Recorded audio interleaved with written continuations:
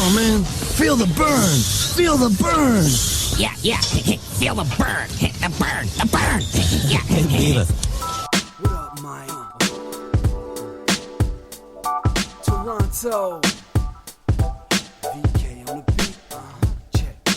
I'm in Toronto, where you wanna get the city love. I'm from Toronto, where you wanna get the city love. I'm in Toronto, like we wanna get the city love. My city love me back for my city love. Welcome to episode 1482 of Toronto Mic'd, proudly brought to you by Great Lakes Brewery, a fiercely independent craft brewery who believes in supporting communities, good times, and brewing amazing beer. Order online for free local home delivery in the GTA. Palma Pasta. Enjoy the taste of fresh, homemade Italian pasta and entrees from Palma Pasta in Mississauga and Oakville. The Toronto Maple Leafs baseball team, the best baseball in the city outside the Dome. Join me on May 12th. That's next Sunday, 2 p.m., first pitch. It's the home opener at Christie Pitts. RecycleMyElectronics.ca. Committing to our planet's future means properly recycling our electronics of the past.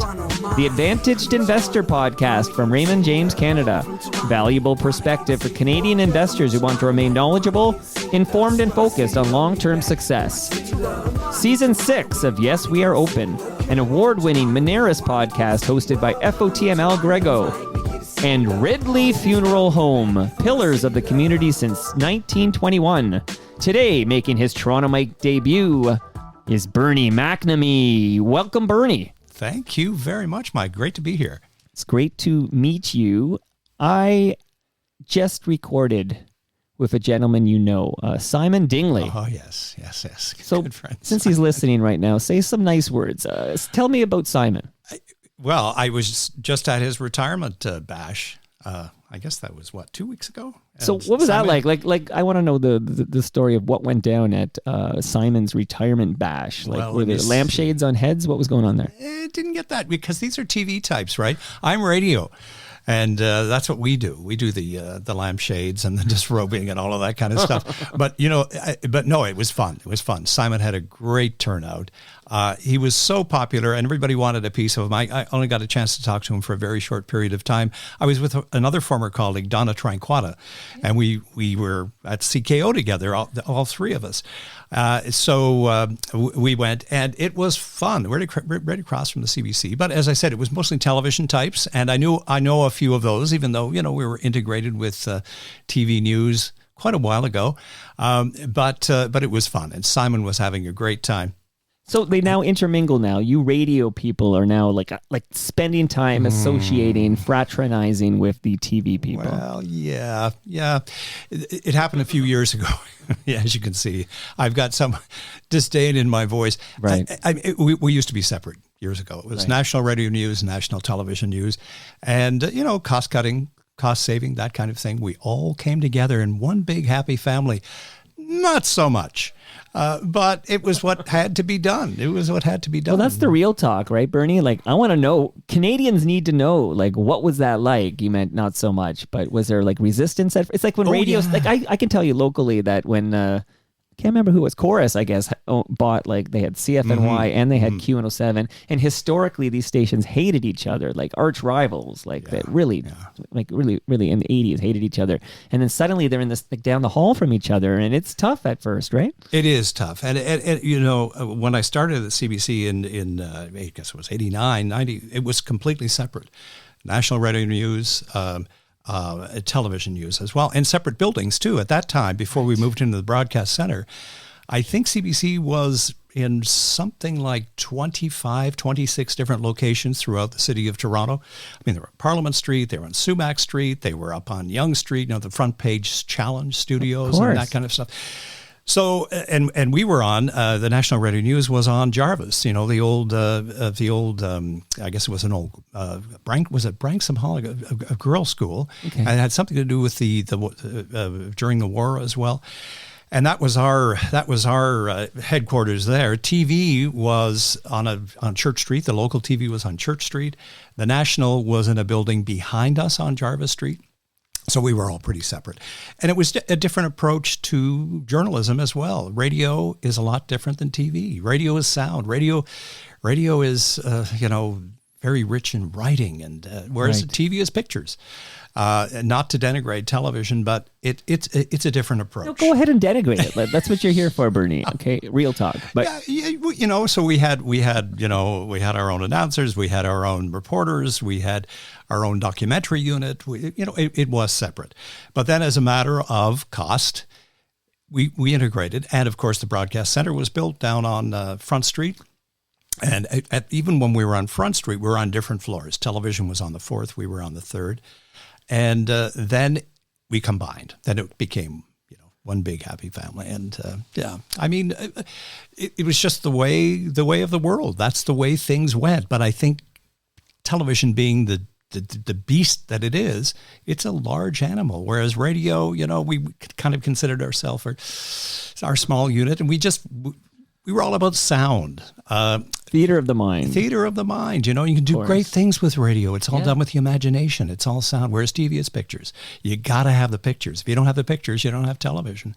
Impact is powerful. The television impact is probably sometimes a lot greater than radio. I mean, I would be probably the first to say that maybe that's not necessarily the case. But so everybody came together. But just getting back to Simon's. Yeah, of course, because he's got a nice comment about you. Oh, great guy. So you better say nice things. Well, he actually sent me a little blurb because I knew I was coming on. And he said, he sent me a little blurb that, Mike, you had written, and it said, Former well-known CBC radio news anchor Bernie McNamee is going to be on the show, and I'm thinking, no longer well-known. Former. Is that a direct quote, though? I want to know. That's what I saw, and it kind of reminded me of that great line from Sunset Boulevard when William Holden said to Norma Desmond, Norma, you used to be big, and she said, I am big. It's the pictures that got small. Right. But you know what? It's been 9 years since I left the corpse. I always say there's still life after the corpse. It's so I guess you're right. Well, listen, that's bad phrasing, but that is a tweet, right? I spent about 2 seconds composing a tweet where it's like it's off the cuff, a stream of consciousness. So thanks, Simon, for ratting me out on that one. But I have so much ground I want to cover with you, but what took so long for you to make your Toronto Mike debut and drop by for your exit interview? So Simon Dingley, okay, for example, and I'm going to read his comment in a minute. It is the Simon Show, but so I guess he's in Mexico now. He is in Mexico, with yes. Jeannie Lee. What a lucky guy. Okay, so, but he recorded with me on, I think it was, I can't remember now, like a Monday or Tuesday. Mm-hmm. And then maybe it was, I can't remember, but Monday or Tuesday last week. And then we agreed, this is very unusual for Toronto Mike. On Toronto Mike, we record and we drop the episode like right after we take our photo by the tree. So before you get on the highway to go home, your episode is going to be in the feed. But with Simon, he's like, please drop this when I'm in Mexico, basically. Like, let me have my last day and escape the country and then drop it. And I was thinking, he's gonna drop some, like he's gonna spill some tea. Like he's worried about the blowback. What's Simon gonna say? But Simon was very, he didn't say anything controversial. No, and he always said he knows where the bodies were buried. And Simon was always a great guy to go to for good gossip. He'd come by my desk, and as I said, we were on the radio side of things. Simon would come by. He's always had these earbuds in his ear. I think he told you that on your podcast. He's always listening to radio. He's always listening to news. And he'd come to me at about maybe 3 minutes before the top of the hour. I'm getting ready to go in the studio. I said, Burn, I got to tell you, this is the buzz that's happening across the wall over there in television. I'd be going, Simon, I've got 2 minutes. I've got to get into the studio. The tea that man could have spilled, but then I realized, his wife still works at the CBC. So when she retires, maybe then Simon comes back and just spill the tea. Let's go. Canadians need to know these things. So I'm glad you're here, but it did take 9 years for your exit interview. And I guess I was just comparing and contrasting with Simon, who literally recorded his exit interview his last week on the job. So you're 9 years late, but better late than never. Better late than never. And it's my brother. He is a huge fan of yours. What's his name? His name is Mark. I like this guy. Yeah, Mark McNamee. He's up on the Rideau, the big Rideau, just down from Rideau Ferry. He and his beautiful wife have a home there. And he is a huge fan. So he was the one that turned me on to your podcast.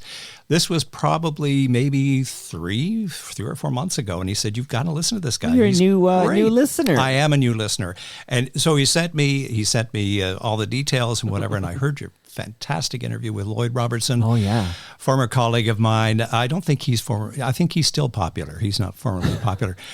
Well, people probably think he's still on the air, right? Yeah. Like that's how it works, right? Like television, I think is different than radio. It's true. Although people hear your voice in line at like a Sobeys or something, and they're like, "I know that voice. I heard you give the news last week." Oh yeah, it happens all the time. Yeah, you just got to beat them off. No, that doesn't really happen.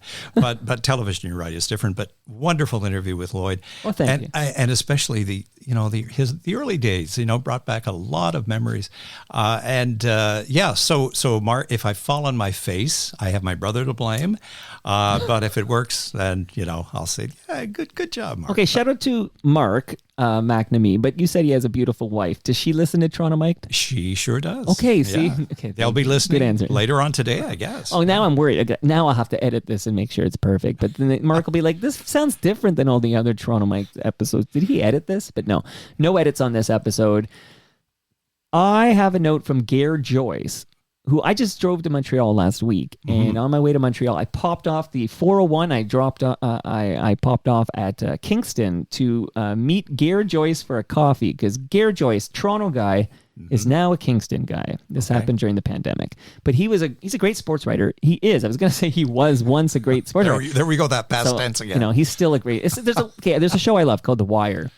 And and then Cuddy Wise, Cuddy Wise, who became the box, he came out of jail, came out of the cut, and that's where he got his name. So Cuddy Wise, somebody said, Cuddy Wise was a man back in the day. And I still remember, it was Slim Charles, I think. He looks him in the eye and he goes, Cuddy Wise is a man now.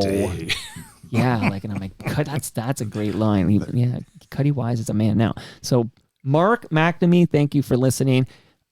Gare Joyce, I mentioned him. He wrote in and said, ask him if he knows a Bernie McNamee who worked as an tech IT guy at Rogers for years. He was an ex-classmate at what used to be called Rye or something. So there you go. So Gare Joyce went to school with a guy who worked at Rogers in, the IT end of things, whose name was Bernie McNamee. Did you ever get confused? Never. I don't know the name. No. So nobody ever said to you, hey, can you fix my computer? I hear you're good at this stuff. Oh, yeah. Not so good, because we just had an incident. I brought in a CD with some highlights of my career, and you put it in, you said it doesn't work. Well, let me tell the story. This is how it went down. I got a note from you just this morning, I'll point out. So I'm all set for you, and you're leaving St. Catharines. St. Catharines, right. Awesome. Shout out to City and Color and Alexis on Fire. Okay, so you tell me, I have some audio clips on a CD. That's what you said. And I'm like, oh, I've never played audio on a CD live on the podcast before, because I'd have to do a thing. And I said, okay, I'm going to do that thing. It'll be fun with Bernie McNamee if we play his CD stuff live. So this here I'm pointing to is a CD player. All right. It plays CDs, audio CDs. And then I connected this to the board, and I have a channel open up. In fact, I see now it's still open. I'll mute it because I think it could interference. So there's a channel here I opened up, and I'm like, yeah, we can play things on this device live. I was literally playing CBC Radio 1 just on the live stream just to test it all out. So you would give me the CD, I pop it in, and it says no CD. And I look at the CD. It's a CDR, not an audio CD. So this old CD player cannot play a CDR. I need a computer to do it. But the darn computers we buy today don't come with CD-ROMs. There is no ability to slide a CD into this MacBook here. So we can't play what's on that CDR. Well, you're lucky it wasn't a reel-to-reel that I brought in. I mean, I go back maybe not so much. way. I'd get one of those that would work, right? I feel like you should have said, I have a CDR. I know. My fault. My it's bad. All Bernie's fault. My bad. So the other Bernie wouldn't have made that mistake. Yeah, that's right. That's right. All right. So before I get to it, I want to get you to CKO Radio. I also want to find out your origin story. And I also want to, a very interesting thing, when you were at CFTO. So people might not even know you were at CFTO. You're not just a CBC guy. So we'll get you to CBC, and we'll cover a lot of ground. But this is a question I'm wondering. Okay, so Bernie McNamee drops by. You already have established yourself as a great broadcaster, journalist, prior to the arrival of the famous comedian known as Bernie Mac. So when Bernie Mac arrives, and the Bernie Mac show was very popular, shout out to Ridley Funeral Home, Bernie Mac no longer with us. But what was it like? Did people start calling you Bernie Mac? Yeah, I got that a lot. And Mac is MAC, right? Yeah, and I'm a Mick, MC. But I did get some of that, Bernie Mac. Okay, so you're not a McNamee, you're a MC McNamee? It's spelled, So Spell your last name first, it's please. M, small c, capital N, AMEE. So I'm more of a Mick than a Mac. But you're a Mick, okay. Yeah, but I did get some of that. That'd be a common nickname for you to call you Bernie Mac, I would think. I got a few more nicknames, too, that people call me, too. What are these nicknames? And no, we won't be going there. Oh, too funny here. So there goes. I was wondering what it was like to be a famous Bernie Mac when Bernie Mac arrives, and then people. Well, then there was Bernie Sanders too, of course. Feel the burn. I played Feel the burn. I bought bumper stickers. I was actually in Buffalo yesterday and saw one of these vehicles had bumper stickers all over the place, and it said Bernie in 2020. So I did take a picture of it and thought, okay. So here's what Simon did write in before we move on past the Simon segment of this podcast. Bernie McNamee is awesome. Worked with him at CKO Radio when dinosaurs roamed the earth. Boy. So your job, Bernie, before I get to his next point, which is a CFTO point, get us to CKO, please. When did you realize you wanted to be a broadcaster, you wanted to be on the radio? Give us the origin story. Well, way back. I didn't know Marconi. Actually, no, we weren't buddies. But similar to what I heard Simon saying too it was very early on. I loved radio. I was a bit nosy, wanted to know what was going on. I'm a little transistor radio, and rather than listening to, was born in St. Catharines, raised in St. Catharines. The big station down there was WKBW. Joey Reynolds. I mean, just it's an American way station. Back before your time. But I was listening to all news stations with my little transistor radio under the pillow, WBZ Boston and Detroit and New York. So I knew that I wanted to get into some form of broadcasting. Wasn't sure what. At that point, I think it was probably news, not so much into DJing and music and that kind of thing. So that's way, way back. Then we went to college, a broadcast journalism course. But what college? Television, Niagara College in Welland, Ontario, not too far from St. Catharines. But going to college, I was working part-time at several radio stations in St. Catharines. One was CHSC, which doesn't exist anymore. The other was CKTB, which is still around. So I would go to Board of Education meetings, City Hall, cop stories, that kind of thing, while I was still going to school. Great education. And one thing I thought of when coming over here, one of the I was operating the board. This would probably have been in the early 70s. The sportscaster down there at CKTB, his name was Tommy Garrick. Big sports town, St. Catharines, with the Blackhawks and the Rex Steimers and Jack Gatecliff, the big sports columnist. But Tommy Garrick was reading the sports. I was operating the board. He used to come on around 11 o'clock, and he would read basically scores. And it was local. He did some of the national stuff too, but it was mostly scores. Lacrosse, baseball, hockey. I mean, everything under the sun. It would be maybe 15 to 20 minutes of him just reading, no clips, just the scores. He was a great. I think he was a farmer. He had a farm outside of town, but a big sports fan. He had 15 minutes. So I'm behind the board, and he's grumping and growing and whatever. And at one point, he looks at me, and I can see him across the glass, and I'm thinking, oh, he wants me to turn the mic down.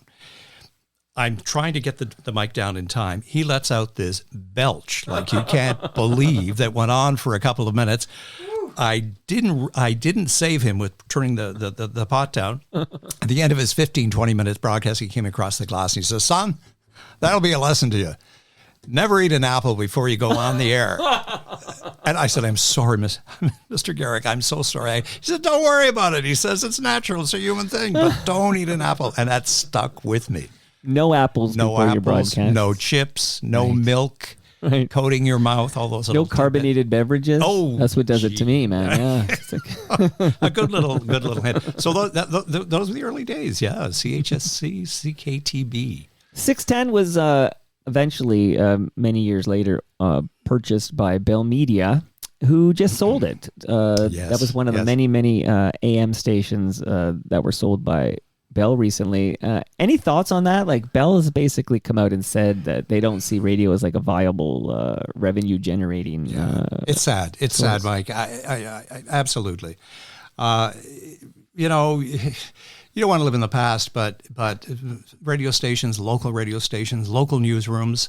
I know Simon touched on that as well. At that time, at CKTB in St. Catharines, active, 4 or 5 different reporters covering stories. Right. It's gone. It's gone. And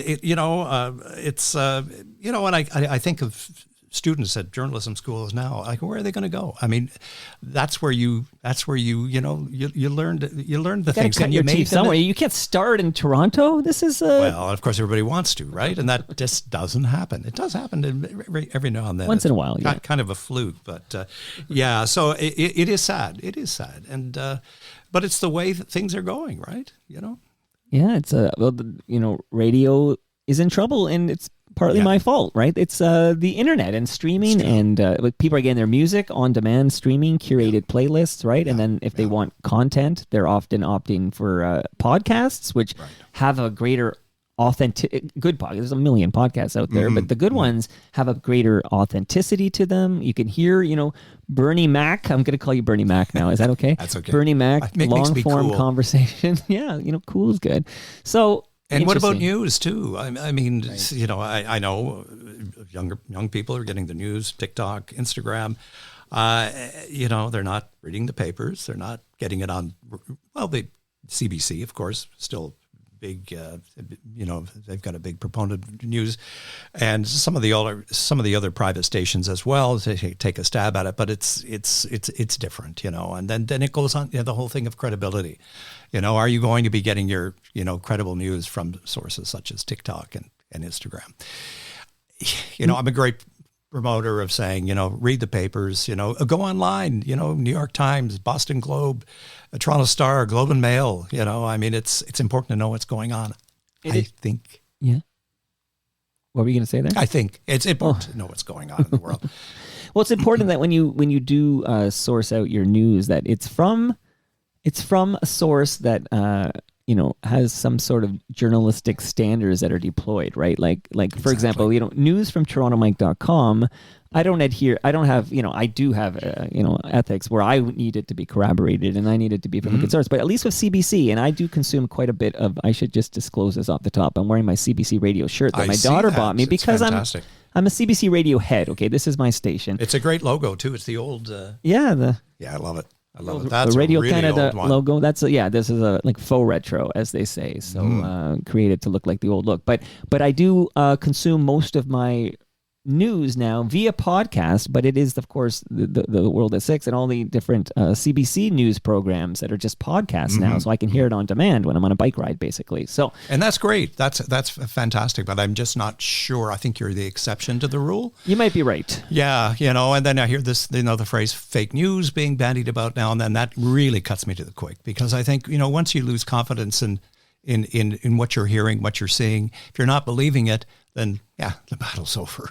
The battle's over. Okay, but we must fight. But we'll talk more later about what lies ahead for CBC in here, because you've been gone 9 years now. So Simon was not even really gone yet when we had the chat, but you having 9 years, and you can maybe share your thoughts and perspective later on what lies ahead should the Conservative Party of Canada form the next government, which by all accounts looks like is an inevitability. I've got one vote, Bernie, so I'll do my best over here, but it looks like it's an inevitability, and what that will mean for CBC, and we'll talk about that. But please, get us to CKO. Oh, okay. So after college, I had a summer stint at CFRS Simcoe, Ontario. CIFRS, we used to say, it's communicable. They, of course, management didn't like that too much, but that was a summer stint, and I was basically more DJing there. And I realized I wanted to get into news. I used to see them over in the news department doing serious stuff, and I thought, got to get into news. So upon graduation from Niagara, my first job, CKNX TV and Radio, Wingham, Ontario. One of my instructors in Niagara basically worked in Wingham, and he said, there's an opening there for a newscaster reporter. Yeah, I think you better go for it. And I thought, Wingham? I didn't even know where it was. I mean, where is Wingham? Let's tell people, Wingham, like me. Yeah, it's just, I'd say it's Midwestern Ontario. I'd say north of Waterloo. Northeast of London, but it covered a wide area. It covered basically all of the Bruce Peninsula. Owen Sound was the big city, but a lot of small towns, but a big agricultural area. So that was the big focus. So radio and television. So I went up, did the audition, and they handed me the Hog and Sow report. Oh, like Les Nessman. Yeah, so I looked at it and I thought, I have no idea what I'm reading here. It was good heavy bologna bowls are selling for, and the number figures, and I'm thinking, are these pounds? Are these dollar figures? Whatever. Wow. Lambs without jackets. I thought, those poor little lambs. I mean, gee, they've got no jackets on. But then I got to boners, and boners are selling for, and I stopped, and I just thought, okay, is this a joke? Right. So the floor director came over and he says, Bernie, continue on. And I said, is this right? Is this a boner? And he says, well, you know what a boner is, don't you? And I said, yeah, I do, but didn't think it had anything to do with the Hog and Sow report. That's great. But we got the job. Bottom line, I don't know how I got the job. So you don't have that audio by any chance on that CDR? I wish I want the boner report. Well, that Bernie Mac of the boner report. Of the boner, and that would be on reel to reel for sure. Yeah. We just kind of forgot about the boner report, but that's wild. Had a great time. Worked there for a couple of years, reading the news and also covering agricultural stories and traveling the distance. And of course, there was one hotel in town called the Manor Hotel.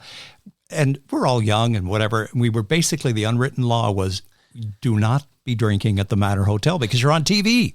You know, we can't be having these trusted broadcasters having a few drafts at the Manor Hotel on a Friday night. So we used to head down to Teeswater and all these other little towns, Kitchener, you know, because I don't think our signal went to Kitchener, but fun times. Yeah. So CKNX, and then so you're on television though. It was television. So and at this radio. moment in your career, Bernie Mac, are you thinking maybe TV is the path for you? I was kind of, my first love was radio. I really, really loved radio. And on the TV side, I mean, you know, the suit, the tie, the makeup, the whole thing, you know, how you look, you can't go on camera looking a little. Yeah, but you're a good looking guy. Like, I feel like somebody might have said, hey, you know, you're a TV guy. Yeah, well, it was interesting. It was interesting. But no, the first love was radio. And then after that, I went to Ottawa. Hit the big national capital, CFRA in Ottawa. It was the chum station in Ottawa. I think it was 1975 to 78. Interesting story. My first drove up to Ottawa. It was July 1st. So went to Parliament Hill, saw this going. So I'm coming from Wingham, Ontario, this small, you know, village. And then hitting July 1st, Canada Day, hundreds of thousands of people on Parliament Hill. And I thought, I'll go into the station. Just to kind of say hello and climb myself, because I was doing the overnight newscasts. Right. So I was, you know, graveyard shift. So I went in, buzzed, went up to the newsroom, met this gentleman who was doing the shift. And I said, hi, my name is Bernie. I'm going to be starting here on Monday. And he said, oh, you are? What are you going to be doing? And I said, well, I'm actually going to be reading the news on the overnight shift. And he said, I had no idea. Wow. It was his job that I was taking. My God. They had neglected to tell him that I'd be coming in on Monday, his job. And this terrific guy, he trained me. He had to train me for the next 2 weeks, knowing he's on the way out. So that was a kind of an eye opener, but radio, private radio. You're in a cutthroat industry, is what you learned. Industry, yeah. So then you're trying to get to CKO, right? Yeah, but you know, take your time. So Ottawa for a couple of years, 3 years, I think it was 78. Left Ottawa, and then came to the Big Smoke. Okay, is this CFTO first? No, CKO? no, CKEY. Okay. CKEY 590. Right. Hired as a newscaster reporter, down on number 1 Yonge Street. I thought I had died and gone to heaven. Going down there, going up the escalator, we were on the top floor. Everything was glass. And there were people working there like Pierre Burton, Charles Templeton. They used to have the dialogue, Burton Lewis, Tom Gould, Joe Morgan, Pete McGarvey, Lynn Gordon, Bob Payne, Brad Diamond, Ian Brownlee. It was, I thought, gee, I hit the big time here, So I'm going to be a newscaster / reporter. And the boss there at the time was a gentleman by the name of Taylor Barnaby. Hap Barnaby was his nickname. He brought me into his office, all covered in glass. I'm looking out and seeing these people running around. Beautiful view of the CN Tower. And he says to me, I got one thing to say to you. He says, don't F up. Because if you can swear on the show, Bernie. We need an F-bomb from Bernie. Let's hear it. Yeah, my poor mother, she'd be looking down saying, you can't do it.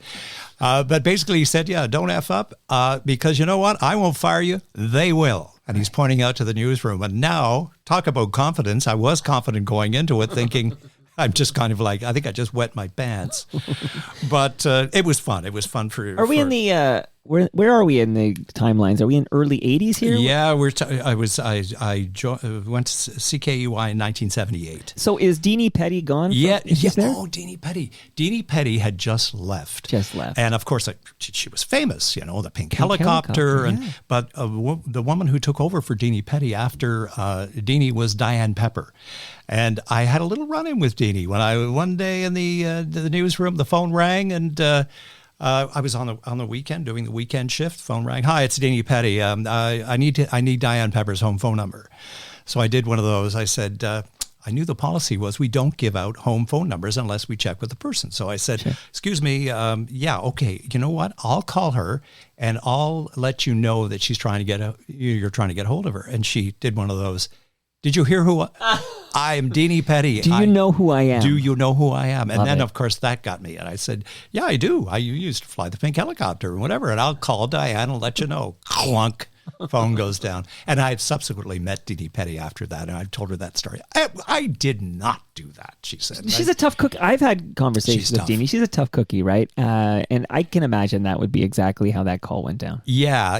It was one of those. Yeah, do you know who I am? I'm just some little snotty-nosed kid behind the desk doing, weekend newscasts. But no, it was a great experience. Well, she was on her way to, she went to City TV, of course, worked for Moses, and started up first host of City Line. That's right. She did very well, and Deanie's still around. Of course, yeah. She's an FOTM like yourself, Bernie. That means friend of Toronto Mike. Yes, of course. Mark could tell you that. But Deanie Petty, City Line. The interesting thing about City Line is just last week, Rogers announced that after 40 years, City Line was toast. No more City Line. See, there you go. It's sad. It's sad. But let me tell you a quick story about CKEY. Yeah, please. Just give you an idea. The big thing there was during the wintertime, snow desk, and Hap Barnaby was and he loved it. I mean, he would get so excited if there was going to be a snowstorm, whatever, and everybody was put into place, and there was the snow desk. So I hadn't been there that long, and he said, okay, this is what you're going to do. You're going to go out and you're going to go to trouble spots. You're going to get in the car. He gave me a roll, maybe 2 rolls of dimes, no cell phones, right? No sat phones, a roll of dimes, and you're going to go to the phone booth and tell us trouble spots. That's where you're going to go and report back in. So I go down. He gives me the key to this 4-wheel drive Jeep. I drive around. I go to, Avenue Road, that one part was going up. Sure, trouble spots. So I'd go to the phone booth, park the car. Yes, Bernie McNamee reporting. Avenue Road, backed up an alternate route would be this and this. I go to another spot. So now I'm doing it. It worked out okay for about maybe an hour and a half, 2 hours. I went up at Keele on the 401. Mm-hmm. Remember there used to be, there was a hotel up there, and I think it was a Canadian Tire store. Anyway, get out of the booth. I'm all set to go. I've got no gloves on. It's freezing cold. I put the dime in the slot, whatever. I drop the keys. Oh, no. The keys go into a snowdrift. So I'm thinking, oh boy, now I'm really screwed. So I do my last report, then I called back the newsroom. I said, I got a little bit of a problem. You know, I've lost the keys to the cruiser. And the newscaster was on the line. He says, that wasn't our cruiser. That was a rental. And now I'm thinking, what do I've blown it. I'm out of here. They're going to let me go. So they had to call the rental company. Meanwhile, I'm not reporting from trouble spots. I'm stranded up there with no gloves looking for these keys. So what I did they came back up. The rental company brought me another set of keys. I picked up all the people that were coming in on the morning shift. Joe Morgan, he gets into the car with his little hat and whatever. Says, "What nice car? How do you afford this?" I said, "Well, it's a long story. It's not mine. It's a rental car." Whatever. So that was my first shot at the big time Toronto. Trouble spots in a snowstorm. It's amazing that you lasted till 2015. That's what I would think. So, what's your stop after CKEY? So CKEY, then let's see, then CKO. Yes, hit CKO in 82. I guess it was 82 to 84. So CKO, as Simon told you, an all news network. They really tried hard. They were working on a dime, basically speaking of dimes, they were working on a shoestring, but a lot of people had gone over from CKEY, including Hap Barnaby, Ian Brownlee, a bunch of us had gone over to try to make a go of it, to try to make this. It had been struggling for a couple of years. It was a network. I mean, they had stations in Halifax to Vancouver, all news all the time, 99.1. So I was hired, and one of the reasons too, they said Monday to Friday, $30,000. I mean, which was a huge amount of money. What might that be today? I know you don't have your inflation calculator in front of you, but approximately, just to help us out. Maybe, I don't know, it was inflation. Would it be close to 100? Would it be maybe 80, 90? I mean, it was money I'd never heard of, but it was an adventure. I met a lot of great people there. Simon, Heather Evans, Georgie Binks, Donna Tranquata, Andrew Coyne was the business reporter.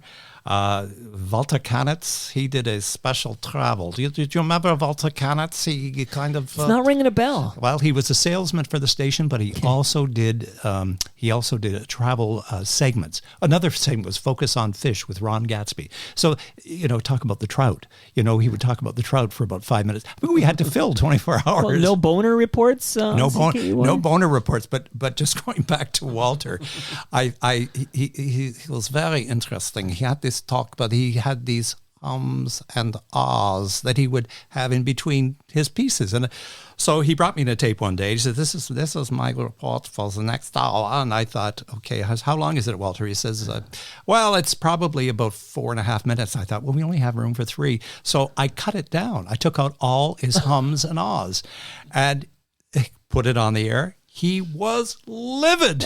He said, what are you doing? He says, that is my trademark. Right. I survived, though. But no, CKO was, it was a learning experience. And I had some interesting experiences at CKO. We interviewed a lot of people. Probably my most embarrassing moment on radio. Margaret Atwood. Yeah. It's kind of I've heard of her. You've heard of her. Yeah, it's kind of an interesting story. So this would have been the mid '80s. She was pretty big even back then. Yeah. Had written several novels, short stories, that kind of thing. So I hosted a kind of a current affairs program, doing interviews, books, arts and entertainment, that kind of thing. So my producer at the time said, "Tell you what, we've got Margaret Atwood booked for Monday." And I know she was infamous for being interviewed by people who hadn't read her books. I mean, I heard her in one interview, remember Elwood Glover? That probably doesn't ring a bell. He had a show called Lunch and Date in the early days of CBC television. He was in the audience one day at something that she was at. She basically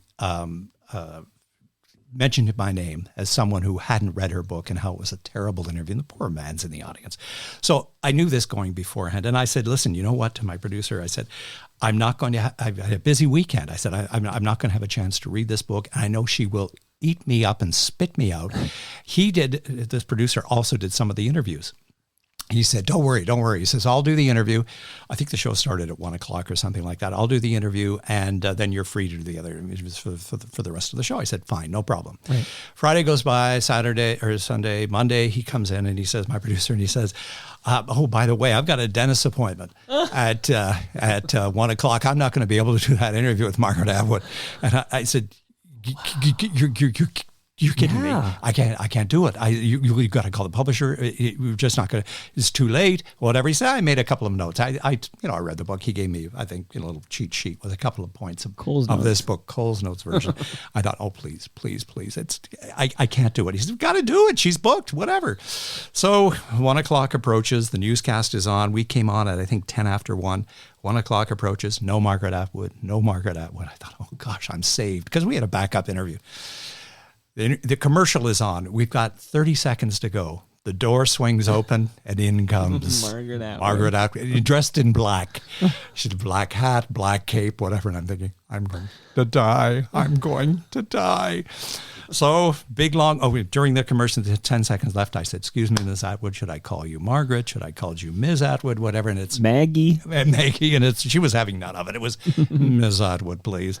Wow. So I read this big, long intro about this book, and I'm thinking, if I can make the intro longer, then it's going to cut down on the interview. Like a book report. You haven't read the book. Reading the book. Published in 1975. Sheets in front of me. So I said, it's lovely for you to be here. Now, you started with short story. Now you're in the novel. Now you're going back to short stories. Why? And it was, well, if you have read any of my past works, you would have known I did not start with the short story. This is what I started. It was painful. It was painful. So I thought I'd take the focus of the interview. One of the stories was about an invasion of a Caribbean island. And at that time, the U.S. had invaded Grenada. So I thought, let's take it away from the book and let's talk about current events and whatever. She was having none of it. It was so painful. I'm looking across the glass. I can see the technical producer just putting his head down, just saying basically, wrap this up. You're in pain. Go to Rod Stewart's Maggie May or something. And I wrapped it. I think I did. I got through maybe 4 minutes and I wrapped it up. I looked down and I said, and we have been talking with Margaret Atwood, Canada's foremost writer. And I'm looking down. Do you think I could even find the name of the book? I'm going through papers like this. And she gave me this look, and you're like, why don't you tell us the name of your book? She wrote it. She put the cape on and out she went. And I just thought, embarrassing, terrible. So terrible. Yeah, and yes, except as a guy who's done a few interviews in his day here, okay, Bernie Mac, that Margaret Atwood interview sounds like she's super difficult. Like, who could be bothered with this? I mean, I'm just saying, I guess if I had a Margaret Atwood type in the room, and I have had this actually, and it's become infamous in Toronto mic circles, but just being difficult, like, who's got time for that? Like, oh, I'm sorry, Margaret, we're just trying to sell some of your freaking books here, right? Well, you've got to look at it that way in a way, but in her defense, she really, I mean, you're going on a program, the person should have at least been better prepared. And if one thing, that taught me a lesson. You've got to be prepared, even though the circumstances were kind of not in my favor. Another one, Lauren Green. Okay, I'll just tell you a fast one. Another CKO. Thank God this wasn't live. This was on tape. So producer came and said, okay, Lauren Green's in town. He's going to be promoting, Lauren Green, the voice of doom, the CBC, I mean, the icon. It's a big one. Cartwright.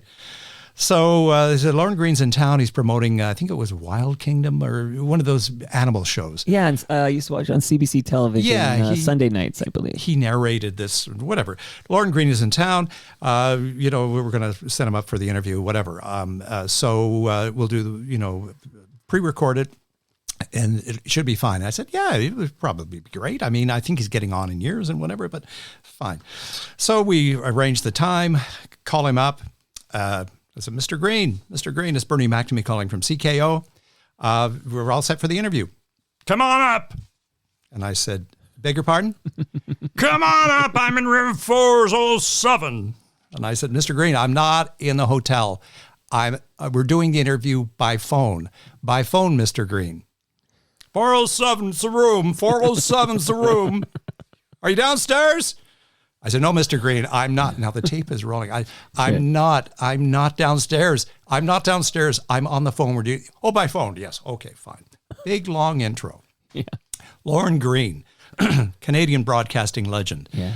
CBC, went on to Pa Cartwright. That's this big, long opening question about, Mr. Green, did you find it hard when you left Bonanza to shed the image of Pa Cartwright after all these years? Silence. Did I what? Mr. Green, did you find it hard to shed the image of Pa Cartwright after all these years? Did I shed what? Oh, no. It's bad to worse. Yeah. So I tried the interview. We actually ran out of tape, and I had to go and do a newscast. It was one of those things. I said, Mr. Green, I've got to call you back. I've run out of tape. What? I'm in room 407. So slammed the phone. I hung up on Lauren Green. I hung up on Lauren Green. The newscast or the publicist called me up about 10 minutes later. They said, "How dare you? You hung up on Lauren Green." I said, "One thing you didn't tell me.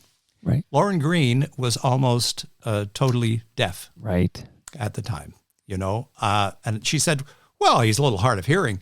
And I said, hard of hearing, anyway, I said, probably would have worked better one-on-one, face-to-face, we could read some lips and everything. Sure. But that was not a shining moment. Nothing against Lauren Green because, he was here to publicize. I think it was the publicist who should have, So another shining moment. He was set up to fail. And so were you, actually, on that note. And I did. Another shining moment in the days of CKO. Yeah. So did you ever have a successful interview? It sounds like, Bernie, you ever have a good one? Well, yes, I think I did. They kept me on for a few years after that, surprisingly enough, But we were down on, when I first went over to CKO, we were on Adelaide Street. And I remember, because going from CKEY with this sparkly, high-tech, beautiful building down to Adelaide Street, I remember they had shag carpeting on the walls, and the place was a dump. And I thought to myself, oh my gosh, $30,000 Monday to Friday. I don't think this is going to work. But then we moved to the Carlton Inn on Carlton Street. I guess it was the mezzanine level, brand new studios, so this and that. So it was kind of a step up. And you got to meet Simon Dingley at I got CKO. to meet Simon and a bunch of other people who were just, they were absolutely wonderful. And good memories, I mean, it's the people you meet, right? And the experiences you had as well. Right. Now, is CFTO your next stop? It is. So and that's television, though. Yeah. So, I after, a couple of years at CKO, and I knew the writing was on the wall. The money just wasn't there. And they had closed several stations. And I thought, I think it's going down. I think they lasted for about another year and a half. And most of the people, luckily got work. But there was a job opening at CFTO. You're right. A lot of people would probably say, what is that? Channel 9, Cable 8. The Gen X knows. Gen X and older, well aware. Yeah, absolutely. They're well aware CTV of it. Toronto now. It's the CTV Toronto station. Yeah, so I thought, another try at television. So I was hired as a lineup producer and general assignment reporter. First of all, just as a lineup, and then general assignment reporter. Interesting. My first day on the job was Harvey Kirk's last day. Wow. That was 1984. I remember going into the studio and I was so impressed. Of course, Harvey saying goodbye, that legendary broadcaster. And then as discussed on the Lloyd Robertson. Yes, episode. And then Lloyd became the solo anchor. Of course, after he had left CBC. Sure, he left the National. Yeah. But wonderful, So television. I thought, let's try this out. They're way up in Agincourt. I'm living downtown not downtown, Broadview in the Danforth area. Mm-hmm. So it's quite a hike up to Agincourt every day, and especially as a reporter, because this is the day before satellite trucks, the day before cell phones. We had these big phones that, you touch base with the newsroom. But you basically had to go back to the station to edit all of your stories. So you'd be downtown invariably every day. First of all, drive up to Agincourt, drop your car off, come down with a cameraman, do the story, drive back to Agincourt on pressure of deadline. You know, they'd be at you. You've got the lead story. Yeah, Where are you? I'm stressed out hearing about it. Yeah. Totally stressed out. I mean, to the point where you'd be riding in the back of a cab to go back to the station, or in your own car, and I had a stick shift at the time, writing the story, listening to your clips, and them screaming you at on the two-way that you've got the lead, and if you didn't make it, you know, come hell or high water, you better be back in time. It was very stressful. As a matter of fact, one of my colleagues, Kelly Crow, she was actually, she rear-ended someone on the Don Valley Parkway while she was trying to get back to write her story. Right. But yeah, so it was TV. But it was, as I've been reminded of many times, because at the time I'm watching City Pulse on City TV, but I'm constantly reminded by these CFTO people that drop by that CFTO was absolutely the most viewed newscast in Toronto, not even close, right? Number one, but the big credo there, if it bleeds, it leads. It was chasing ambulances. It was local news. It was going up to, poor mothers that had lost their children in a car accident or something. You know, how do you feel? Sticking microphone in somebody's face. It was a good experience, as I said, for the television side. One interesting story. I know you've had Ben Johnson on your... Just a couple of weeks ago. A couple of weeks ago. He was wild, yeah. Reading all about Mary Ormsby's book and everything. Very interesting character. This is before the Olympics in '88. So he was, breaking all kinds of records. He set the world record. I think it was 87 in Rome, I want to say. That was the world record? 9.83. Oh my gosh, good for you. Yeah. Well, this before the Olympics, but one of their ideas at CFTO was, it's Ben Johnson's birthday. Why don't you go to his house with a birthday cake and surprise him? I mean, these kinds of stories. And I said, well, wait a minute. Shouldn't we ask him? Shouldn't we call somebody? Like, he was living with his mother at the time. Right. I said, no. The whole thing is a surprise. You're going to have the camera. You're going to be standing there with the cake. It's going to be great. And I'm thinking, going to be great. Famous last words. So we stopped, and the cameraman and I would go and get this great big honking cake, knocking at the door. I think his mother did know about it. She opens the door and she said, oh, lovely to see you. She says, he's not here. He's working out, but he will be here momentarily. And I said, fine, whatever. Come on in. So at least I'm sitting on the couch with this cake. The cameraman's all set up. An hour, whatever. Ben walks in with his gym bag, the whole thing, looks at me and goes up the stairs. And I said to the cameraman, I said, gee, that was somewhat... underwhelming. So his mother went up. We could hear him trying. She said, these nice people are down here from TV. They want to do this thing at your birthday. And da-da-da. He didn't want to do it. He eventually, grudgingly, came down the stairs.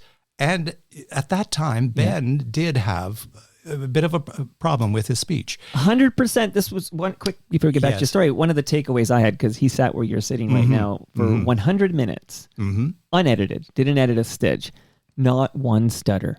So he's really, really improved a lot. Back then, not so much.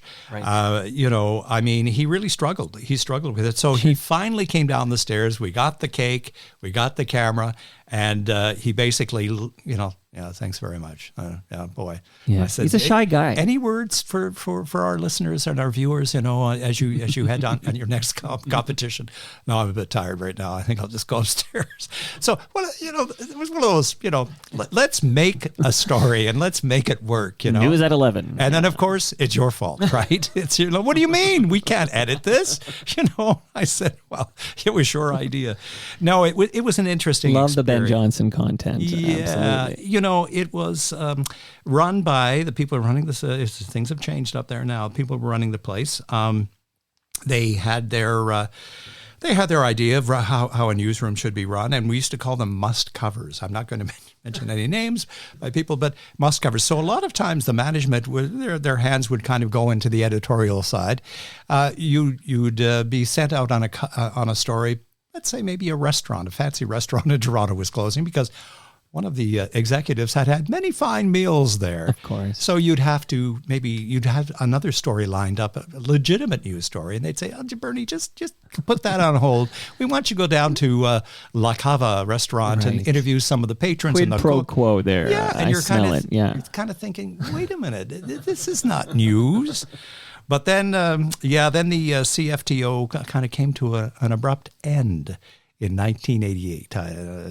So let me bring in Simon's other point. He DM'd me yesterday on the app formerly known as Twitter, and he said, many may not know that Bernie was a reporter at CFTO in the mid-1980s. He quit rather than cross a picket line during a strike there in 1988. Yeah. It was a pretty famous story at the time, and it was a lockout, and it wasn't over wages. It was mostly over use of non-union people at Glen Warren Production, which was an offshoot of Bayton Broadcasting, and they weren't union members, and so they were farming out a lot of programs to Bayton to Glen Warren.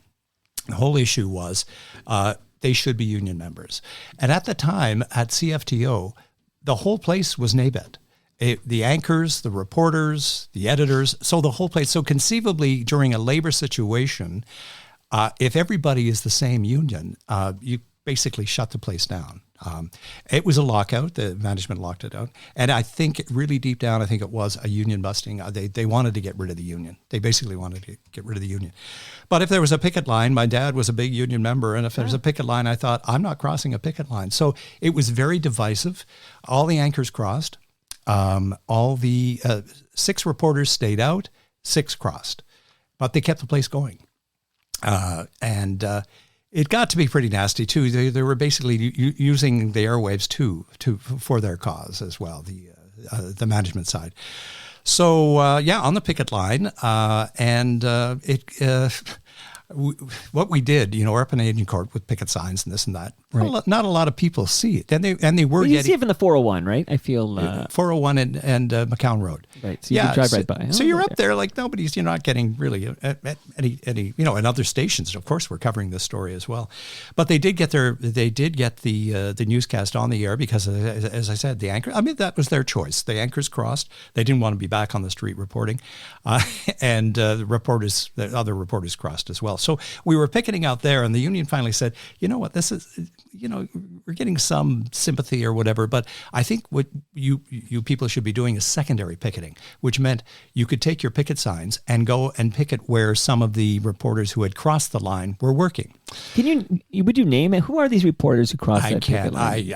I Bernie can't. Mac. Yeah, no, I can't. Some of them are still there. Some I'll have have to gone rough them up, everybody. Some about the people that stayed out: Eric Sorensen, Kelly Crow, John Borley, quite a few people that did respect the picket line. But anyway, so we were involved in secondary picketing, which is perfectly legal. The union checked this out, that it's all legal.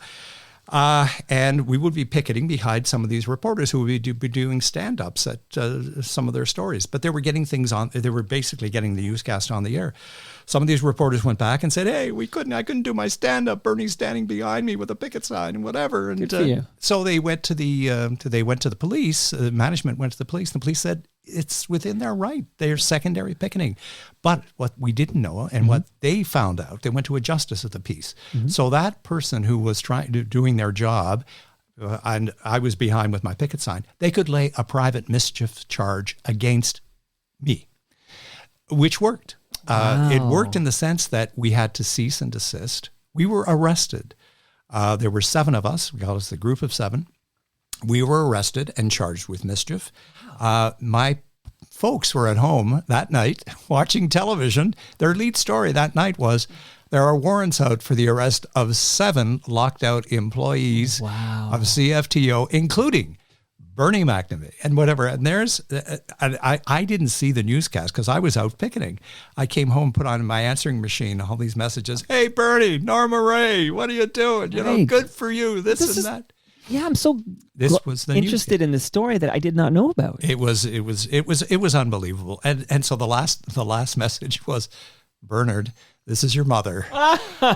Your father and I just saw the newscast. Are you okay?" Right. So I'm hearing all of these. Oh my gosh, that's my phone. That's okay. You can't even hear it on the mic. You can't hear it. Really. It's just a nice little gentle background music as we tell the story. It's my, yes, as I go to hell in a handcart, you can hear my wind chime. I just want footage of the perp walk. Bernie Mac. Well, the perp it's walk. true. I did. You know, we were, and I called the union. They said, yeah, they read your name on the air as well as 6 others. You're going to have to be fingerprinted. You're going to have to turn yourself in. The SIFT 07. Wow. And we're going to have to cease and desist. It actually worked. It was a very shrewd move on the part of management because it worked. So there I was, Old City Hall, sitting there after being fingerprinted, and I'm sitting beside, do you remember the Peace Lady who used to stand over the Don Valley, you know, the bridges? Peace Lady, famous Toronto character. Famous Toronto. She had a banner. She was all in white and whatever. So I'm sitting in court with the rest of the group of 7, and I'm sitting here, and beside me is the Peace Lady. Oh my God. So I looked what a Toronto moment and that I knew her. I said, oh my gosh, you're the Peace Lady. She said, yes, my son. And I said, what are you in for? She said, mischief. And I said, me too. You know what a great story that is. And again, you just named this. So you're not going to name those who crossed, but you will name those who are part of the SIFT 07 here. Who was with you there again? Oh gosh. I know. Who is the 7? Of the 7. Yeah, well, the 7 that you will name. Well, I'm trying to think. Kim McNaughton, Dave Kotick. Now these were mostly. I was the only reporter that was arrested, so you probably wouldn't know these other names, but you know, I mean, it just went to show you that you know they really wanted to bust the union at this place, and the lockout was eventually. Bottom line was I left. I thought, can I go back to work? You know, at that place, and they brought people in these buses with blacked out windows. And it was very ominous. It was eerie. And once they had come to a conclusion, they came to an agreement. Yeah. Lockout was over. I think it went on for another. It was a pretty rough summer. I think it went on for a couple of months. I left. A month into it, I left. And that's 88. That's 88. Right. Shout out to Ben Johnson. Yeah, they actually had a monument in the lobby of CF. I don't know whether it's still there. And I know this for a fact. It was a black bus under plexiglass. Basically, bottom line was we won. You know, but the part that concerned me was that using the airwaves, though, for to lead the newscast with people that have been working for them, and arrests, warrants out there, yeah. So it was pretty sad. So I thought, this is time. Yeah, I had my television experience, and I was ready basically to try something else at that point. Then I freelanced. For about a year and a half. I hosted several television programs, one based in Hamilton called Real Estate Today. It was a Bradford production, Brad Diamond. You probably know of Brad. He Motoring 88 and former sportscaster. He produced several programs. Another one was another show I hosted. This was strictly freelance. They would hire me for a couple of weeks, a couple of months at the time.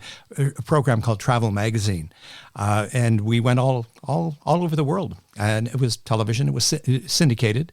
The producer of the show was a gentleman by the name of Jake DeBoer, and he ran the program. And he said, "Now, Bernie," says, I can pay you by the day, or you can have residuals, which would mean that if I do this in syndication, I'm not so confident I we're going to be able to syndicate this. So I would suggest maybe by the day. Well, I'm freelancing, so I got paid by the day. He syndicated that program all around the world. God. It was, somebody said they were in South Africa. They said they saw you in South Africa at a Doom branch. Anyway, live and learn. But it was a great experience. Freelancing. And also at that time, I was doing the odd fill-in at CBC local radio. And this is AM 740. Yes, on Parliament Street. Yeah, right. You're down there on Parliament Street and right in the middle of Cabbagetown, right. Open concept there, a lot of people on the street would open the door and yell obscenities in while you were on the air. Interesting times. And so did that. And then the freelance market was kind of drying up. There's a big recession in the late 80s, early 90s. And I thought, better start looking at something a little more permanent. And then a staff position came up at CBC. Okay, so stop right there. I'm shouting out Meatloaf there. But so Bernie Mac, we're going to That took us an hour, but we're now at CBC Radio in 1989. But listen, that's the whole joy of the show. Is we can meander a little bit and get the details, and I'm very interested. So you are at CBC Radio from 1989 until 2015. That's right. And when you retired. So we are going to talk about that, but I'm going to give you some lovely gifts because you made the trek to be here all the way from St. Catharines. So all the way. Do you, Bernie Mac, enjoy Italian food? I love Italian food. You love Italian food? Okay, good answer, by the way. You can tell the truth. It's okay. It's coming. It's in my freezer, but that lovely red box from Palma Pasta will be full when you leave here today, and it will have a frozen lasagna, and you have to just let me know what you think. I've had it before, Palma Pasta. It's delicious. Delicious. They're in Oakville and Mississauga. We often have events at Palma's Kitchen. And the patriarch of that family who started the business in the 1980s, he just turned 100 years old. Oh, happy birthday. So shout out to Mr. Petrucci. But we love Palma Pasta here. Go to palmapasta.com. We also love Great Lakes beer. I have some fresh craft beer that's going home with you, Bernie. That's from Great Lakes. Oh, my gosh. It's cold, too. Yeah, well, that's because this basement's cold. That's what's going on there. So, as I learned from Troy, I produced the Between Two Fermenters, which is the official podcast of Great Lakes Brewery, and they teach you how to keep your beer fresh, right? So, you got a dark, cold spot is where you store your beer, and that's what you do if you can't have it in the fridge there. Okay, so you're taking home the fresh craft beer. I do want to tell all the listeners that we have TMLX 15 happening on June 27 from 6 to 9 p.m. And it's going to happen in the South Etobicoke location of Great Lakes Brewery. They'll buy you your first beer on the house, and then Palma Pasta will feed you. It's free to attend. You don't need to RSVP. You don't need to buy a ticket. Just show up at 30 Queen Elizabeth Boulevard in South Etobicoke, 6 to 9 p.m., June 27. Bernie, you're invited too. You and your partner could drop by and have some Palma Pasta and some beer and hang out with the listenership and some other great FOTMs. All right, I've got that written down. Okay. There's a measuring tape courtesy of Ridley Funeral Home. Oh my goodness. Pillars They're going to measure my body? You can do what you wish with that. All right, thank you. Since I brought up Ridley Funeral Home, I actually have a little bit of music here for us here. Please, fellas, we need you.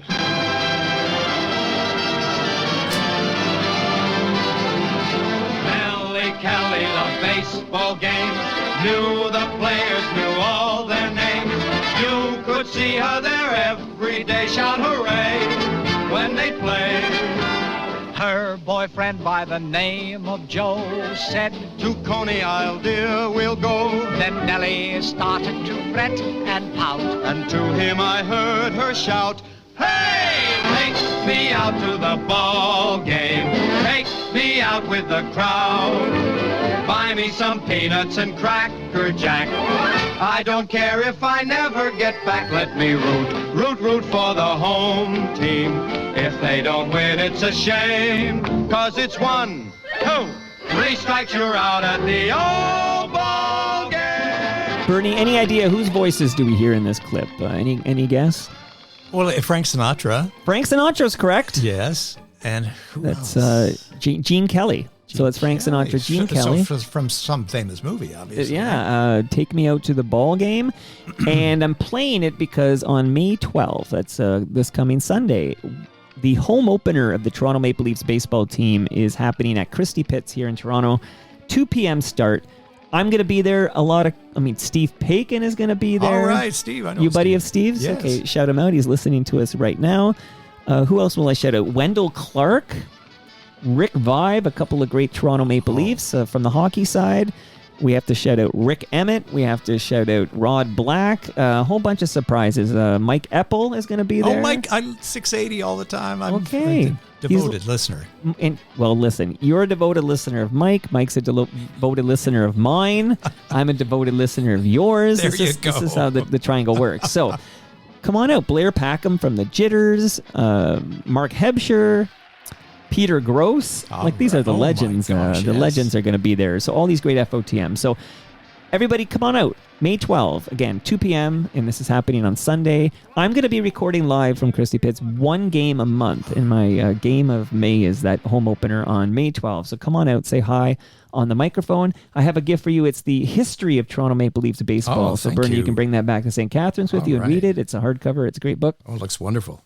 Great history. If people haven't heard the Adam Bunch episode of Toronto Mike, which we recorded last week, he's a Toronto historian, and he started to share the history of Toronto Maple Leafs baseball. And it's such a rich, interesting history. Like, just listen to that, 15 minutes in that episode with Adam when we talked about Toronto Maple Leafs baseball. It's wild. So read that book, enjoy, come on out, see the best baseball in the city outside the Dome. Couple of more quick hits here before we get you to CBC. There should be a speaker. There it is. Okay, so that's a Bluetooth speaker, Bernie, and that's courtesy of Moneris. All right. And they want you to subscribe and listen to Yes, We Are Open, which is an award-winning podcast. It's in its 6th season, and here's a recent episode is a woman named Virginia Borges. I hope I'm saying that right, Borges. I'm probably butchering that. My apologies. I'm no Bernie McNamee, but... She came to Canada from Venezuela in 2014. She had the dream of starting her own business, and she wanted her business to give back to the community. So she opened Regrub Burger Bar in Calgary. This has become a very popular hotspot when you're in Calgary. They have unique and delicious creations, and her story is told in great detail by Al Grego in the most recent episode of Yes, We Are Open. So be inspired by small business owners sharing their story.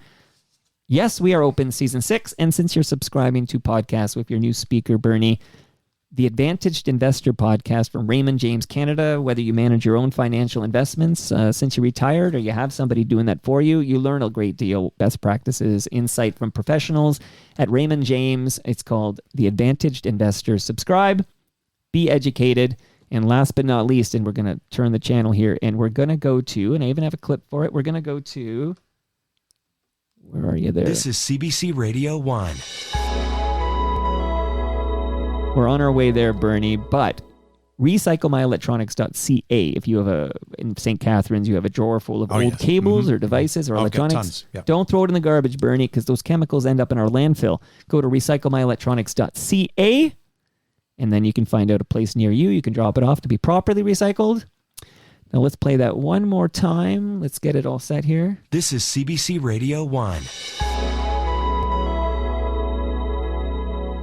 All right. And just, in my mind, I'm hearing Canada Lives Here. Like, that was the tagline for a while, and it was right there. I remember that too. Canada Lives Here. Now it's your world tonight, your weather, your forecast, and I'm thinking, what?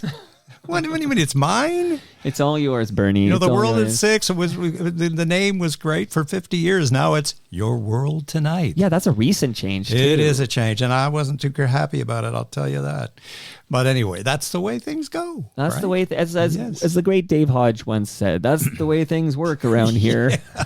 Listen, thanks for all these great gifts. I'm going to need a suitcase to walk out of here. And the days of CBC, we could never accept gifts. But now, keep it coming. I think that, I'm just thinking, that's Simon's wisdom. Even though he's retiring in days, I think he's like, I'm accepting a lot of gifts here. And he remembers those days. But those days are long gone, because I've had many, many CBC people who are still with CBC who drop by, and they're happy to take their lasagna and their beer. Let's get names. They got a big... listen, they're all in the feed. I unlike you, I'll call them out here, okay? Tom Harrington, have you finished your lasagna he'll take anything. Yet? He's enjoying it. He wants a little red wine with it. He came up with, in the most recent episode of Simon, and then I thought about him singing on the Tommy Hunter show, and then I found out Tommy's not only still with us, but I think he just got married, Tommy Hunter. Oh, really? I don't know. I think he's in Ontario, but he might be living near you for all I know. I think you're trying to get a hold of him, right? I need Tommy Hunter. I'll do it by, for him, he can zoom in. He can even phone in, okay, like Lauren Green style. I need Tommy Hunter on Toronto Mike before it's too late. Now, what about Margaret Atwood? Well, I know you told me how prickly she is. Do I want Margaret Atwood in this basement? Like, I had a tough go with Molly Johnson. Like, I don't need a Molly Johnson 2.0 with Margaret Atwood. And she's like, you didn't read the book. I'm like, lady, I'm trying to sell you some books. Talk to me here. But I would have Margaret Atwood on a heartbeat, of course. But Tommy Hunter, Margaret Atwood, we'll see if any other names cross. But please, tell us about give us some stories. You mentioned, the World This Weekend, World This Weekend was I was one of the first hosts when we I guess was 94, the World This Weekend. It's now called Your World Tonight, The World This Weekend. It was kind of an interesting concept. They wanted to have a half-hour radio program, news program, similar to The World at 6. But as my promo at the time said, it's sort of like The World at 6, but with a sweater and a glass of wine. Yeah, I try to live that one down. But a little more casual, a little more conversational. But we had the news of the day. We had culture with Michael Crabb, sports with Zintar Surs. And then wrap up of the news. These names, so I'm a big Metro Morning guy of course, of course. But these names, bringing me back. It was wonderful. Yeah. So, first launch of a weekend news program, and it went very well. And then I think four or 5 years, and then went to Monday to Friday and Canada at 5. And then The World at 6. World at 6 for almost co-host with Barbara Smith for almost 10 years. Great program, great experience. Really lovely woman, talented, and working with some of Russ Germain, Alana Campbell, Barbara Budd, Mary Lou Finley. Yes. Got to do As It Happens a couple of times. Quick story. The first time they asked me to do As It Happens, the phones went down. My great chance to do As It Happens. The phones went down. We eventually got them up and running. And I think probably because everything is pre-recorded and As It Happens, you do all the interviews ahead of time, and then it all comes together at the when you go to air. But that was the first time. And then they asked me back several more times, but it was a great experience. Okay, I'm going to play a little Mo Kaufman here because since we mentioned As It Happens here, I went to YouTube. This is off the cuff here. We don't script anything on in the Central Highlands. Oh, you know what? I'm in the wrong account. I actually have a premium account, but I got to go to it because right now it's going to play me ads. So here we go. Okay, so Curried Soul by Mo Kaufman. We'll give it a little bit, and I'll tell you my little story. So that's the As It Happens theme we know and love. They've often rejigged it and stuff through the years or whatever, but there's the Mo Kaufman Curried Soul. So I was a big fan of this theme song, As It Happens. I'm a big CBC Radio guy, as I mentioned to you earlier. So when I started this very podcast you're on right now, Bernie, and we're going back 12 years, I'd say, a little more than 12 years, I approached a local rapper producer named Ill Vibe. So I'll turn off the Mo Kaufman there, Curried Soul. People who listen to CBC Radio know that very well. It's the As It Happens theme song. And I said, what I literally said says, I need a theme song for my new podcast. I told him a little bit about it. And I said, I want it to sound like a hip hop modern version of Curried Soul by Mo Kaufman. That was my request. So he played that. And this is what I got. I'll play it again. So if we let it go a little bit here, you'll hear elements that are actually kind of in homage to Curried Soul. But do you hear it now? I like it, yes. Okay. Yes. So this is Illy, and I thanked him very much, and I played it for episode 1, and here I am playing it for episode 1482. That's great. And there's the story. So As It Happens inspired the Toronto Mic'd theme song. So you did guest host on As It Happens. Yeah, a couple of times. And the one time when I was talking about when the phones went down, we had an interesting story. We were trying to line up a woman who was fighting. She was in England, and she was fighting a new law that was going to open up bars in her neighborhood. She was living in a dry neighborhood, and she wanted it kept that way. So we thought, let's call this woman up and find out what's going on. Well, because the phones kept dying, we would talk to her. I said, hello, Edna, we're talking to you in Weymouth, England. And, oh, yes, and click. And then we had to wait 10 minutes. We called her back again. She said, I don't quite understand what's going on. I said, we're having problems with our phones here back in Canada. We're really working on it, whatever. So long story short, we tried several times. About 3.5 hours later, we finally got a hold of Edna when the show was going to air. I said, Edna, are you there? Yes, I'm here. And I said, how are you doing? Well, I've had a couple of G&Ts while you were trying to get through. She was half soused, and she was trying to stop the bars from coming into her neighborhood. Oh. So she was almost under the table. Oh, the irony. I thought you'd forgotten about me. It turned out to be kind of a fun interview, but yeah. Well, that's what I like about As It Happens is it's often fun, and it's not all hard serious stuff. It's it's good stuff there. And please, any highlights? Like, I know you brought notes with you, so that's like I don't want you to leave here and be like, I had to put dates down because you getting remember. up there, I can't remember dates. And okay, so wait here. Let me go to the end, and then we'll pick up some highlights. But why did you decide in 2015, 9 years ago, to retire? Because I'm looking at 9 years later, you look like you should still be on the air. How are your glasses? Yeah, they're over here. I should put them on, right? You put them. No, don't put them on. Leave them off.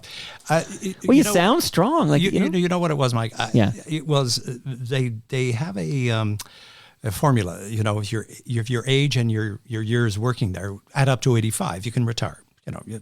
And that's basically what it was. I was ready. I was ready. I didn't want to become, that grumpy old guy in the corner.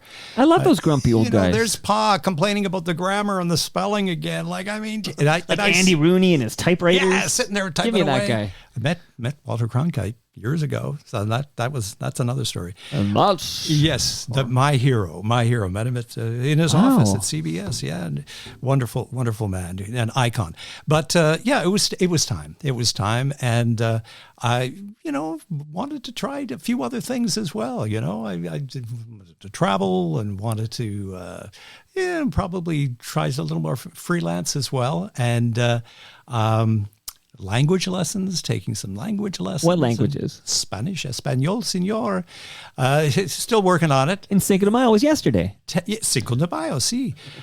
Tap dance. I took up tap dancing in my retirement. Can you imagine? I should have brought Gene Kelly, and I played Gene Kelly. Well, I know. I should have brought my shoes in. It was a kind of an unsuccessful endeavor. I'm still looking though for a senior tap group in St. Catharines. So maybe if somebody hears this, but bought the tap shoes, the whole thing. Yeah. I didn't graduate though. Let's put it this way. And the traveling. Any interesting locations for these retirement travels? Well, we were down in Mexico for a month this past winter. Costa Rica before that for a month. Did you see Chris Shepard there by any chance? I'm looking for Chris Shepard. I hear he's in Costa Rica. No, where in Costa Rica? That's the question. Right? Oh, okay. We'll try to you're the journalist around here. There you go. There's your task. Find me Chris Shepard. I'm going to track him down. Yeah, no. We went to Uganda. We hiked the gorillas in the mist. Several trips to Africa. Yeah, so traveling is big too. But I figured I'd probably go out on a high note. At CBC. Still many friends to keep in touch with. We have an old farts group. We get together. Over can you name these people? Roncesvalles. Yes, Phil Park. Barbara Smith comes in every now and then. This is going back a few years. Sure. Hal Jones. Victor Johnston was a tech on the show on CBC for many years. Lorna Jackson, unfortunately, who just passed away. Wonderful voice on CBC, passed away too early. But we get together and we talk about a lot of times with cataracts and hip replacements and things like that. But compare your blood thinners. What blood thinner are you on? What are you on? The old days, But no regrets. It was a wonderful career. Got to travel.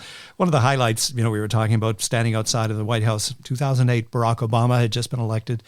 First African-American president of the United States, and people chanting, thousands of people, yes, we can. Yes. Wonderful. So great opportunities. We went to China. I guess that was probably in the early 2000s, and we were opening a bureau in Shanghai with Anthony Germain. They sent a big crew over to China. We did all kinds of stories. The descent in China, economics, culture.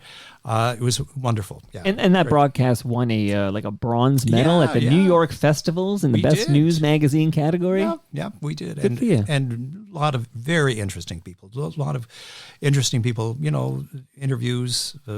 I think of one. Donna French was one of the interviews we did for The World this weekend. The mother of Kristen French. Of course. It was a tough one. It was, it was one of those things. He had just been convicted, Paul Bernardo. You don't even really want to mention his name, but she wanted to talk about her daughter and her basically, forget about the crime, the terrible things that had happened to her, but talk about her daughter and the positive things. And she was absolutely, something like that. It's wonderful. I asked her at one point, I said, did you ever question, she was a very religious woman, and I asked her, I said, did you ever question your religion after what happened to your daughter, this terrible chain of events and whatever? And she said, I'll never forget. She said, when we're born, we're given free will. Some people choose evil, Some people choose good, to do good. She says, but I do think that God cried when he saw what happened to Kristen French. And just, fortitude and carrying on with her life and things like that. But that's heavy stuff. Yeah. Well, that's heavy stuff. Now, any on the other side of the spectrum, when you look back at those decades at CBC Radio covering news, maybe a happier, like your favorite, part of your career, maybe on the lighter side, if you will? Yeah, well, one thing that, interviewed, prime ministers and different politicians, actors, musicians. But one thing that sticks in my mind is an interview we did with a young gentleman. His name was Eric Averink. He was a young man, probably 18 years old, with a very severe disability. He had spinal muscular atrophy. And he was at the Children's Center in St. Catharines. And they came to me and they said, he wants to make a documentary. He was bright. He big science fiction fan. He wrote poetry, interested in politics, but he was basically on a gurney. He could move one finger, his ring finger on one hand, and operated everything on a computer. He wanted to do a documentary on how people perceive people with disabilities and how normally they're wrong. So we got together with a group of students at Niagara, my alma mater, and I was teaching down at Niagara as well. We put together a documentary. Eric was co-producer, and basically he wanted to get it. I think the title of it was I'm Not What I Am. I'm Not How I Look, or something like that. And it won several awards. And I think of him. I think of there's somebody with that big challenge ahead, yet he still pursued his dream, and he was helping others. He helped others with he's unfortunately he passed away a couple of years after, but his mother wrote me a little note after she went with the documentary to one of the film festivals and won an award. And she said, I was driving home the other day and there was a star in the sky and I thought it was Eric looking down at me. But somebody like that, somebody that has a profound effect on people and wanting to change things. Lovely. Now, Simon Dingley, we talked about him many, many times on this program. His ears have been burning in Mexico. But it was a weird coincidence that we recorded it, but then I dropped it, and he in the feed, he's the episode before yours, and it was just a wild coincidence that his friend Bernie was going to make his Toronto Mic debut the next Monday. But I'm going to shout out a guy. Maybe you can say a few words about him, because he was scheduled to make his Toronto Mic debut earlier this year, and then a health scare postponed it. But he happily reported back to me the health scare is in the rear view mirror. Oh, great! And Robert Fisher is going to make his Toronto Mic debut. Yes. Any words to say about another voice that CBC heads will recognize? Wonderful, wonderful, Robert. Miss you, Robert. I know he's up in Portland. I was talking about my brother on the Rideau. He's just down the lake in Portland and been retired for some time. I've been following him on Facebook and in Instagram. Now, there's a broadcaster for you. And boy, is he going to have stories for you. And maybe he will tell you where some of the skeletons are buried. Well, especially at Queen's Park. Won't he be surprised? Yeah, I want to know where all the skeletons are buried. Shout out to Ridley Funeral Home. But won't he be surprised when I spend 90 minutes with him asking him, who crossed the picket line at CFTO in 1988? And he's like, I wasn't even there. I'm like, Robert, I ask the questions around here. Okay, don't pull a Margaret Atwood on me.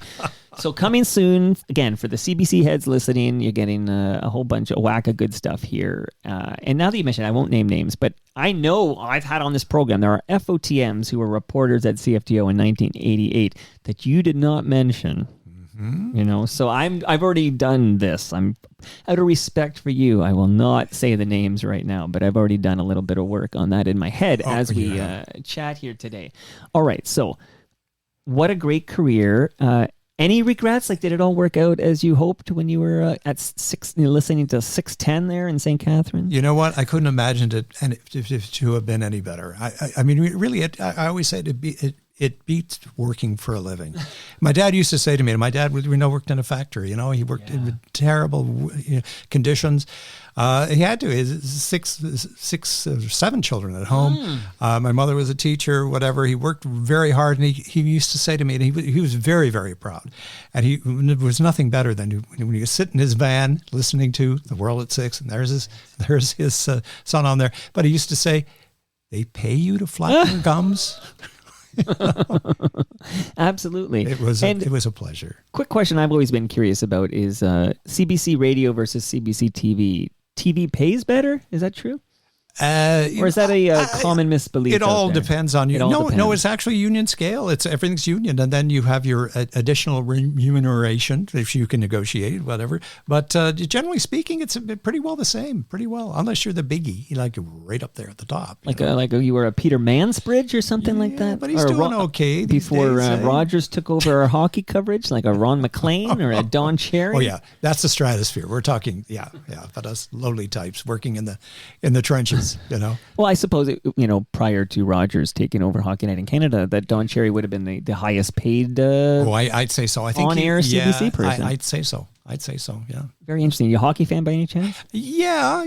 I was devastated. I was in Buffalo watching the game in the Irishman pub in Williamsville, New York, and saw the sad situation. Oh man, that's set play. So that's an overtime goal, and oh boy, Lindholm, I think it was. But that bank off, it was one of those things where I'm watching live. It's overtime, and I'm like, how did he end up, with nobody between him and the goaltender with the puck? And then you kind of break it down like this Zapruder film, and you're like, okay, there's a Riley Marner kind of lapse. This is a set play, like they know the boards. This is their home arena, and that board, the bounce off that board is wild at that spot, and he nails it.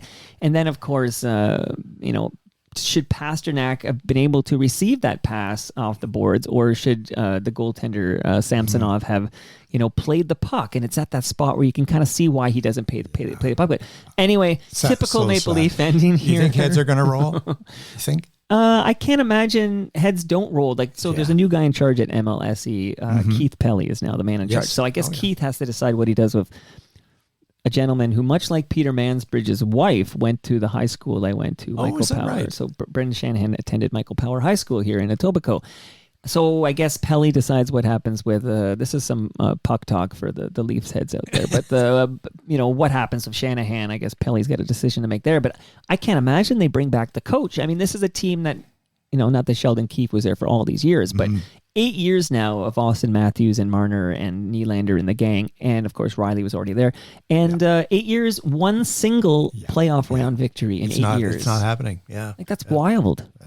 That's wild. And then if you want to go back pre-Austin Matthews, you can say the fact is we have only won, because I'm part of the team, you understand that? I'm not a journalist. I can say I'm part of the Leafs here, but we have only won one playoff round since 2004. That's 20 years. In the past 20 years. That's bleak. Yeah. I got a 22-year-old kid who's only ever seen us win one playoff round in his life. Yeah. It's bleak. It's bleak. Okay, you're depressing me. Now let's go out on the lowest note we can here, Bernie. You've been amazing. I love this chat. Loved you. It. You got your lasagna, your beer, your book. I've got my suitcase. I've got I've got my measuring stick. CBC doesn't give swag like this. That's for sure. You're telling me. As Tom Wilson tells me. You're lucky to get a coffee. Well, that's what he says. He comes to go like, "Come here, I get this great lasagna." This is Tom Wilson from Junk. I can't do it, Tom Wilson, obviously, but although that's where I just saw Dave Hodge at the Tom Wilson musical in Hamilton. He's got it's called Beautiful Scars. I heard it's fantastic. I was there for the premiere. Saw some great people, including Stephen Brunt, and I want to shout him out because he will be also at the Toronto Maple Leafs home opener on May 12th, and he'll be sitting down with me on the mic. Stephen Brunt, I got questions for him about what the heck the Leafs should do. Say hi to Stephen for me. He's a terrific writer, and met him a couple of times. We'll do that. But what do you, Bernie, have to say about the next government, federal government? Let's just look ahead and assume that the Conservative Party forms the next government, and Pierre Poilievre becomes the prime minister. He is basically, I think, he has pledged to defund the CBC. Please, I want to know your perspective on this because I know you follow this closely. Haven't been there for so long, and you have friends still there, I'm sure. But that's what I said to Simon. Like, your timing might be perfect here, but what do you see? It doesn't look good happening for the CBC. Yeah, well, it doesn't look good. And he's at these rallies, and he basically, when he gets on the CBC, and they're chanting, as well as axe the tax, axe the CBC. You know, I'm, as you know, I'm very personally involved with. Sure. Well, your bias has been disclosed. Yeah, it's been disclosed, but I think there's a need. You know, there is really a need for the CBC, and everybody's cutting back. You know, private radio, private broadcasting, print. Everybody's cutting back. They're going to be cutting back at the CBC as well. But I think there's a need for a public broadcaster. It's not a no, there's no interference. Like this is something there isn't, and people like you can attest to, right? You don't get a memo from the government, be it Stephen Harper's government or Jean Chrétien's government, or let's say Justin Trudeau's government, asking you to not cover this or cover this. Like there is no interference. There isn't, and I can honestly say that. But I think the perception out there is that there possibly could be that if anything. The CBC is probably more anti-government than any other broadcaster. Right. But I think there's a need for it. It's well worth it. Television, commercial television, that's a whole other matter as well. Whether they should be doing, some of the programming, the reality TV shows that they're doing, Family Feud. I have personal feelings about that. No, I'm with you, because we're in the television side. I feel they're at their best when it's, for example, the Olympics, for example, or like I just watched some like World Athletic stuff on GEM. I was watching like a Diamond League track meet and stuff, and I feel like this is a great role that the CBC can play. But investigative journalism, I mean, right. And radio, of course. I mean, I'm biased towards radio. They're still doing a great job. I mean, they've had to cut corners as well, but I think it does. It sounds like a cliche, but it does bind the country together, especially when you travel outside of the big cities and you get in some of the smaller centers and you realize that it's a big part of people's lives. I know that the writing is on the wall. We'll see what happens, but there you go. I had a good kick at the can. Your timing was pretty good too there. But I always wonder when somebody suggests like Justin Trudeau's, like it's his state news or something, and CBC is biased. And I would say, I always wonder. I said, so when we had like a decade of Stephen Harper rule in this country not that long ago, so during those 10 years, it was a conservative slant, and then and then none of it. They always have no answer. Like, oh no, like it's just Trudeau's thing. It's like exactly. And then as many people point out, if it's snowing outside, it's like Trudeau's fault anyway. It's like this seems to be the move here. Now, what kind of music do you listen to, Bernie? Oh, I love the old stuff. I love old jazz. I love blues. Big fan of Bonnie Raitt. Okay. Big fan of Alison Russell. Yeah. Is up and coming rising Canadian star from Montreal. Broadway. Sinatra. Nice. Okay, I just bring up music on our way out here because I close every episode of Toronto Mic'd with a song from Shakespeare My Butt by a band I love called Lowest of the Low. To be or not to be, that is a question. I have a T-shirt that says Stratford Festival. Okay. Hey, once again, shout out to Peter Mansbridge. I'm sure he has a home there. Okay. And Ron Sexsmith lives in Stratford too, speaking of musicians. But I bring up Lowest of the Low because I close every episode with Rosie and Gray. There's another great song on Shakespeare in My Butt, which we're listening to now. I'll tell you the name in a moment. Let's let Ron Hawkins tell us. Hold on. Put a 6-inch blade inside her all the same. She couldn't possibly know why. When you became Dr. Jekyll, you knew you had to hide. Yeah, when you became Dr. Jekyll, you knew you had to hide. Well, now I know. All the pain that was in your mind is still inside your soul. Well, so long, Bernie, you're the friend I'll never know. I'll never know. No.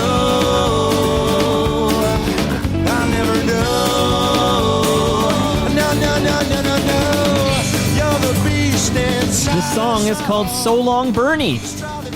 Okay, you need to know this stuff. As a Bernie, you need to know all the Bernie content. So Long, Bernie, great song by Lowest of the Low on Shakespeare My Butt. The same album that has this song, Rosie and Gray. So thank you, Bernie. This was fantastic. Mike, it's been a pleasure. Thank you so much for inviting me to your basement and all of this loot. It was a real pleasure. And that brings us to the end of our 1,482nd show. You can follow me on Twitter and Blue Sky. I'm at Toronto Mike. Hey, Bernie, is there anywhere in the social media universe where you maintain a presence? I'd say Facebook, Mike. Yeah. See me on Facebook. Bernie Mac Instagram. on Facebook and Instagram. Much love to all who made this possible. Again, that's Great Lakes Brewery. That's Palma Pasta.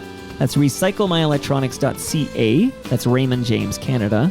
The Toronto Maple Leafs baseball team.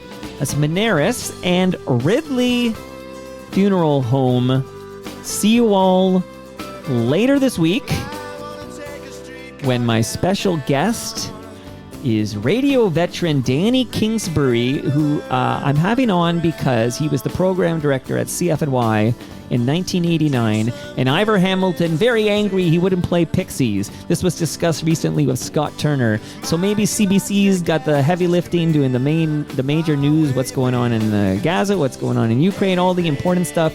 I will focus on why CFNY did not play the Pixies in 1989 with Danny Kingsbury, who, by the way, brought Humble Howard from Montreal to Toronto and created Humble and Fred, a podcast I literally produced this morning. So it all comes together. Danny Kingsbury, that's Wednesday at 11. See you all then. Well, you've been under my skin for more than 8 years.